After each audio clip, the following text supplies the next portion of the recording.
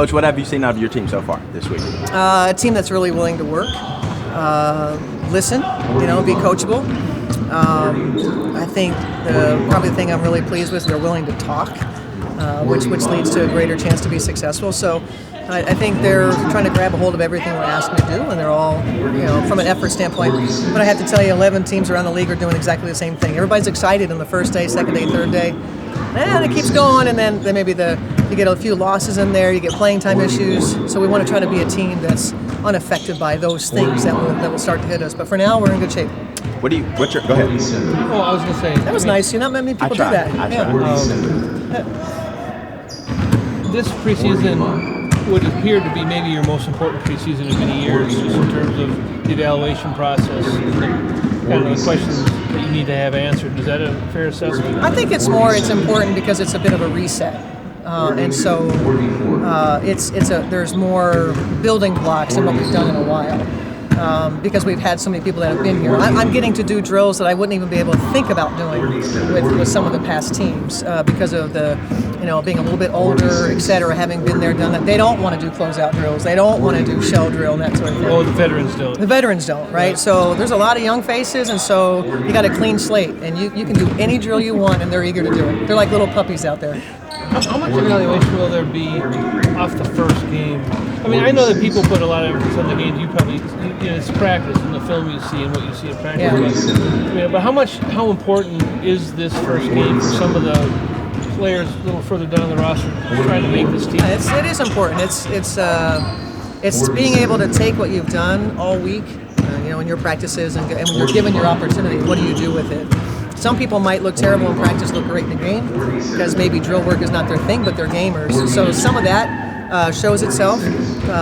But I think in general, these two preseason games are going to be really, really valuable. And you're going to see us approach them maybe a little differently than we have in the past. A lot of times, in the past, we'd use those preseason games for winning and developing momentum with that group. Making sure that core group, kind of got their repetitions. This one's different. This one's more about playing a lot of people, evaluating. We want to win. That will be our mission. So just in terms of where we are, that's going to be the use of preseason games. Really, really valuable. Would Phoebe be an example of practice player being played first year? Are you suggesting she doesn't practice well first year, in her rookie year? Yeah, you remember well. She wasn't very good in training camp. Yeah. And she actually started off these first couple of days. I had to message her last night and say, "Can you remember that you're the best player, and that you have to carry a little bit more load offensively?" So she just wants to do everything right, wants to share it, wants to get everybody involved, which was nice up until a point, and then so we had to encourage her. But yeah, I think. But you got to make the team. Fee was a lot to make the team. So if we went on her performance, we might have cut her. Coach, what's your message to rookies this year about not worrying about where they are on the depth chart and just taking every day by day? Yeah, I think they've been really good about that. We've been mixing the teams, playing with different people.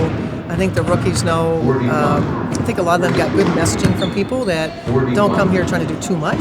Stay in your lane and do what you do. I think from a depth chart standpoint, it's probably on their minds. I think there was a lot talked about the odds of them making a team if you're not a first-round pick, et cetera. So it's got to be on their minds. But I think what they're really sure of after 3 days is that they're all getting a chance. And that's what we felt like coming into the camp. It wasn't a foregone conclusion who's going to be on the team.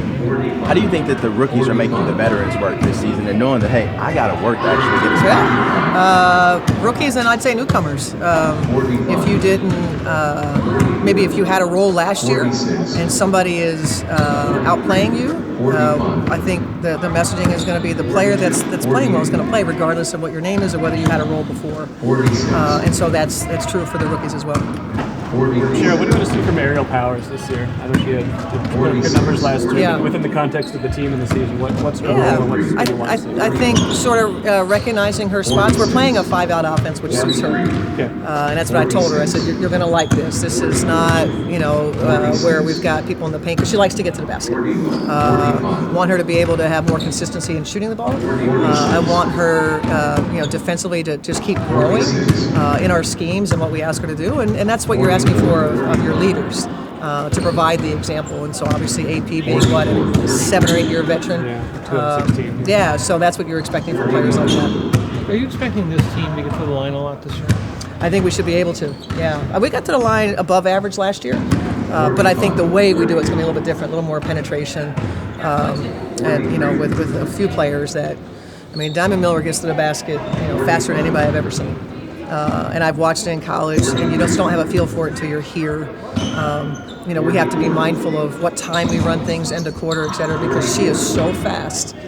She covers ground like nobody's business. And it's still controlled. And controlled. Yeah. And controlled. And has really good footwork. So, but yeah, we're going to be able to get to the basket as well as hopefully spread the defense and be able to kick it out and shoot it. Are you motivated for external expectations? Like if some power rankings say Lynx, 9th, 10th, does that matter to you? Do you say, hey, let's use this as fuel? It matters to me as much as it mattered when they said we were first. Okay. I don't find the experts to be all that expertly.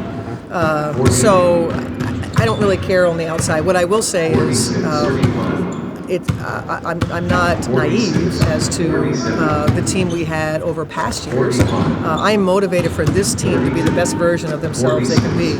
If that defies expectations on the outside, great. But that's not our motivation. Our motivation is ourselves. Don't compare us to last teams. We're not going to talk about that. We're going to talk about this team. And we're all motivated by how do we become the best team we possibly can be. And if that surprises people, then so be it. And what are your expectations for the team this year? Exactly that we are going to, from an effort standpoint, do things that we were missing last year. And from a chemistry standpoint, how we treat each other, how coachable we are, that's my expectation. It's always been about how we do it. And so in terms of what we're doing on the court and how talented or whatever, that's going to take care of itself. How we do it is what is our goal. Still expecting Kayla this weekend?